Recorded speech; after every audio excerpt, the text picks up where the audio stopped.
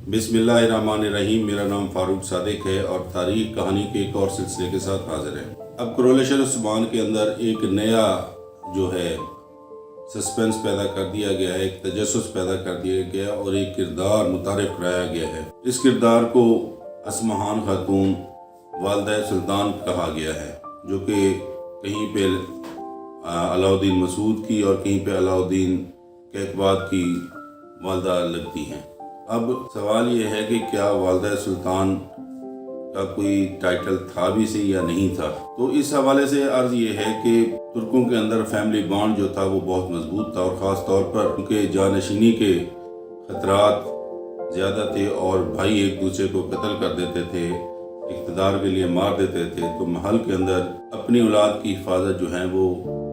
उनकी माएँ ही करती थीं और वो उनको उन ख़तरात से बचाती थीं, उन महल्लाती साजिशों से बचाती थीं। इसीलिए अगर हम देखें तो तुर्कों के ऊपर और ख़ास तौर पर उस्मानियों के ऊपर उनकी माओं का बहुत ज़्यादा असर था और उनको सल्तनत के मामलात के अंदर बहुत ज़्यादा दखल हासिल था। ऐसा ही एक किरदार जो है वो दिखाया गया है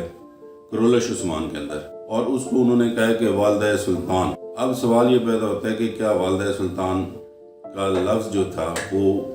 या टाइटल या खिताब जो था या ये क्या इस्तेमाल होता था, क्योंकि उन्होंने उसे सल्जूकों के अंदर दिखाया गया है, सल्जूकों के उस हिस्से के अंदर दिखाया गया है जिसको तारीख़ के अंदर सल्तनत रूम कहा जाता है। तो तारीख़ जहाँ तक हमें बताती है कि वालिदा सुल्तान का खिताब पहली दफ़ा या लक़ब पहली दफ़ा सुल्तान सुलेमान अव्वल की वालिदा ने 16वीं सदी में इख्तियार किया, जबकि ये जो कुरैश उस्मान का ड्रामा है इसके अंदर जो दौर दिखाया गया है ये बिल्कुल इख्तिताम है 11वीं सदी का और ये बिल्कुल इख्तिताम है 13वीं सदी का और 14वीं सदी का आगाज़ है। तो वालिदा सुल्तान का टाइटल उस्मानी दौर के अंदर इख्तियार किया गया, उससे पहले ये इस्तेमाल नहीं होता था। अब वहाँ जो खातून दिखाई गई हैं जिन्होंने अपने आप को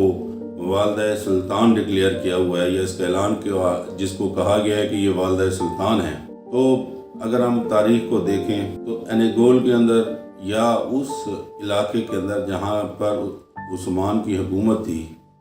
वो इतना बड़ा कबीला नहीं था और उसकी कामयाबी की एक वजह ये भी थी कि सल्जूक सल्तनत रूम के साथ या सल्जूकियों के साथ जो उनके ताल्लुकात थे वो बहुत बेहतर थे और उन्होंने कोई ख़ास बगावत नहीं की। दूसरे जो वहाँ पे तुर्क कबाइल थे उनके ख़िलाफ़ सल्जूक हुक्मरान लड़ते रहे कि कुछ में उन्हें कामयाबी हुई जंगों में और कुछ में उन्हें नाकामी हुई।